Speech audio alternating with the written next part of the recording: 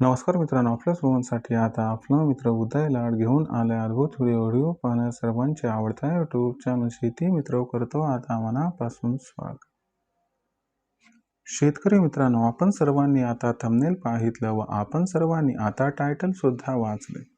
जो सामान्य सोयाबीन उत्पादक कास्तकार बांधव आहे त्यांच्या मनातील सध्याचा हा सर्वात महत्त्वाचा सवाल, जो सवाल सध्या तुमच्या माझ्या आपल्या सर्वांच्या मनात निर्माण झाले.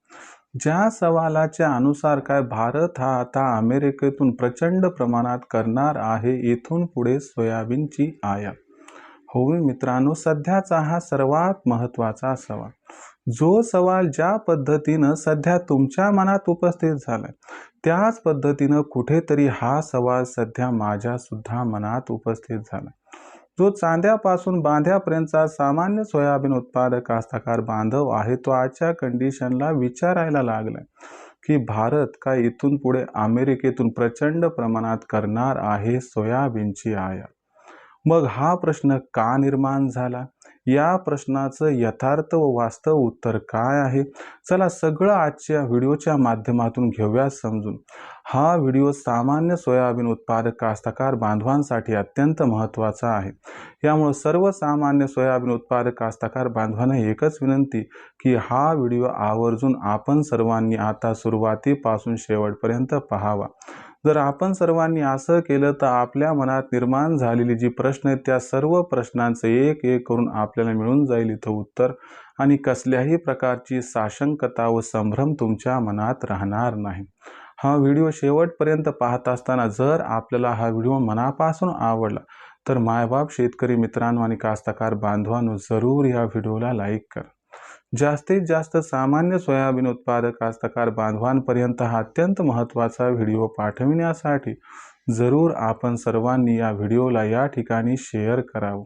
आणि आत्तापर्यंत जर आपण सर्वांनी चॅनलला सबस्क्राईब केलं नसेल तर मायबाप शेतकरी मित्रांनो आणि कास्तकार बांधवांनो, आपल्या सर्वांसाठी मी फार मेहनतीनं व्हिडिओ तयार करून माहितीच्या रूपाने आपल्यापर्यंत पोहोचवत असतो. माझ्या मेहनतीकडे बघून आपण सर्वांनी चॅनलला एकदा सबस्क्राईब करून जरूर नोटिफिकेशन बेलला ऑल करून घ्यावं. जर आपण सर्वांनी असं केलं तर नवीन व्हिडिओ तयार करण्यासाठी आम्हाला प्रोत्साहन मिळते, कारण आपलं एक लाईक, एक शेअर आणि एक सबस्क्राईब आमच्या पाठीवरती शाबासकीची सर्वात मोठी थाप आहे. आणि जर आपण सर्वांनी सबस्क्राईब करून नोटिफिकेशन बेलला ऑल केलं तर सातत्यानं येणारा व्हिडिओ हा अपडेटेड स्वरूपात माहिती घेऊन आपणास बघावयास मिळत राहतो. तर बघा मित्रांनो, जो चांद्यापासून बांध्यापर्यंतचा सामान्य सोयाबीन उत्पादक कास्तकार बांधव आहे त्या सर्वांच्या मनातील सध्याच्या घडीचा हा सर्वात महत्त्वाचा सवाल. सवाल कोणता, तर सवाल एवढाच, काय भारत हा इथून पुढे अमेरिकेतून प्रचंड प्रमाणात करणार आहे सोयाबीनची आयात. सर्वात प्रथम हा मुद्दा लक्षात घ्यावा लागेल की हा प्रश्न का उद्भवला. त्यानंतर बघूयात की या असणाऱ्या प्रश्नामध्ये किती सत्य व किती तथ्य आहे, आणि मग बघूयात की या असणाऱ्या घटकाचा व घटनांचा भविष्यात कशा पद्धतीनं सोयाबीनच्या दरावरती होऊ शकतो परिणाम. तर बघा मित्रांनो, प्रथम या प्रश्नाचं उत्तर घेऊयात की हा प्रश्न का उद्भवला. बघा मित्रांनो, आपल्या सर्वांना माहीत आहे की नुकतीच भारत आणि अमेरिका याच्यामध्ये बहुप्रतीक्षित असणारी जी ट्रेड डील आहे ती झाली. आता ही ट्रेड डील झाली म्हणजे काय झालं की अमेरिकेनं भारतावरती सुरुवातीला 25% टॅरिफ लावला होता, आणि त्याच्यानंतर आपण रशियाकडून कच्चं तेल घेत आहोत म्हणून 25% टॅरिफ आणखीन लावला. म्हणजे एकंदर भारतावरती टॅरिफ किती होता बरं, 50%. तुम्हाला एका ओळीत पहिले टॅरिफ म्हणजे काय हे समजावून सांगतो. टॅरिफ म्हणजे काय की भारतातून अमेरिकेला जी गोष्ट निर्यात व्हायली त्याच्यावरती आकारलं जाणारं शुल्क म्हणजे टॅरिफ. उदाहरणार्थ सांगतो, समजा भारत एक वस्तू अमेरिकेला 100 रुपयात पाठवत आहे, तर अमेरिका जर 50% टॅरिफ लावत असेल तर ती वस्तू तिथल्या ग्राहकांना 150 रुपयांना मिळते. आता तुम्ही म्हणाल सर ह्याच्यात आपल्याला काय टेन्शन नाही ना, आपली वस्तू 100ला चालली, मग तिथल्या ग्राहकाला 150ला पडली काय, 200ला पडली काय, आपलं तर काहीच नुकसान नाही ना, त्यांना महाग पडेल, त्यांचा पैसा जाईल, आपलं थोडीच नुकसान आहे. पण नुकसान कसं आहे ते लक्षात घ्या. मला सांगा, एक वस्तू आहे समजा, एक वस्तू 100 रुपयाला आपण पाठवली, ती तिथल्या ग्राहकाला 150 रुपयाला मिळाली, पण तीच वस्तू शेजारील एखादा देश आहे, तो सुद्धा 100 रुपयाला पाठवत आहे, पण त्याच्यावरती जर अमेरिकेनं टॅरिफ 20% लावले, तर त्याची वस्तू 120 रुपयाला त्या ग्राहकाला मिळणार. मग मला सांगा, एक चेंडू आहे समजा, तो चेंडू भारताने पाठवला तर 150 रुपयाला मिळत आहे तिथल्या ग्राहकाला, आणि तोच चेंडू आपण असं पकडून चला की पाकिस्ताननं पाठवला आणि तो तिथल्या ग्राहकाला 120 रुपयाला मिळतोय.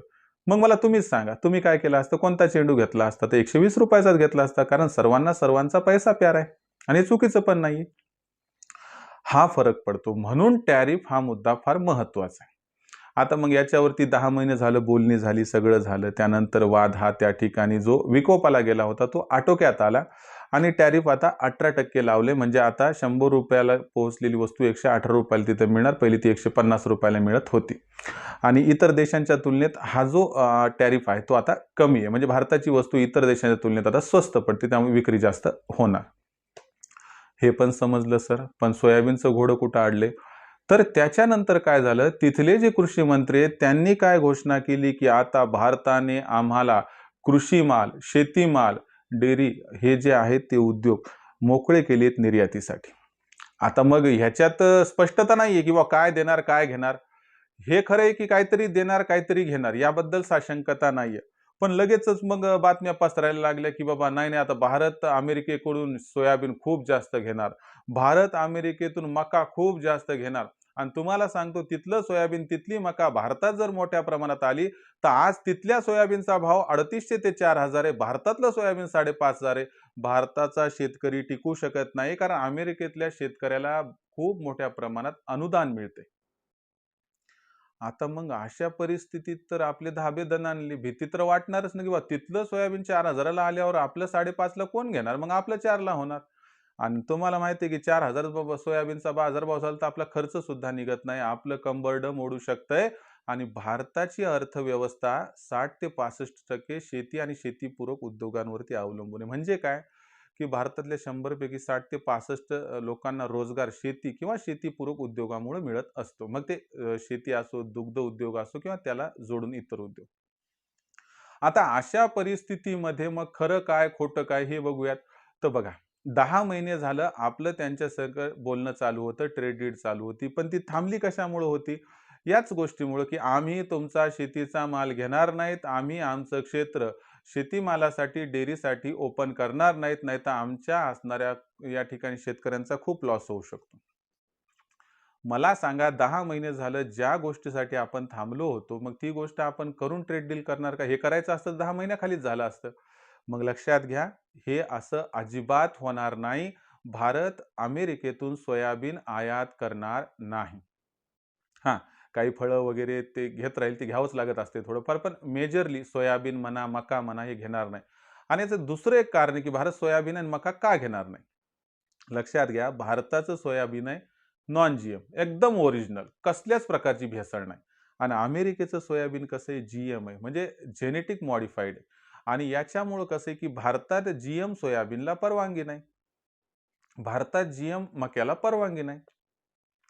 एकतर परवानगी पण नाही आणि आपण खरेदी करणार पण नाहीत. म्हणून तुम्ही टेन्शन घेऊ नका. तुमच्या कानात येऊन जरी कोणी सांगितलं असेल, की बाबा अमेरिकेतून आता भारत मोठ्या प्रमाणात सोयाबीन खरेदी करणार, मका खरेदी करणार, शेतीमाल खरेदी करणार, असं काहीही होणार नाही. कुणीच स्वतःच्या पायावरती धोंडा पाडून घेऊ शकत नाही. मोदी सरकार घेणार नाही. बरं, समजा मोदी सरकारनं असं केलं आणि याच्यामुळं भारतीय शेतकऱ्यांना त्रास झाला आणि ग्राहकांनाही त्रास झाला असं गृहीत धरा. तर याच्यामुळे इलेक्शनवरती परिणाम होईल. भविष्यात निवडणुकात त्यांना अडचण झाली. कशाला कोणी स्वतःला अडचणीत आणेल? तर त्याच्यामुळे लक्षात घ्या, ही जर भ्रामक बातमी तुमच्यापर्यंत आली असेल तर ही साफ खोटी आहे, की भारत हा अमेरिकेतून सोयाबीनची आयात प्रचंड करणार, असं काहीच होणार नाहीये.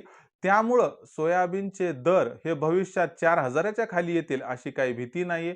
पण एवढं की गोष्ट जेव्हा बाहेर पसरते, अफवा जेव्हा येते, जेव्हा बाजार अफवेचा टाईट होतो, त्यावेळेस मानसिकदृष्ट्या का होईना फरक पडतो. तो फरक सध्या पडलाय.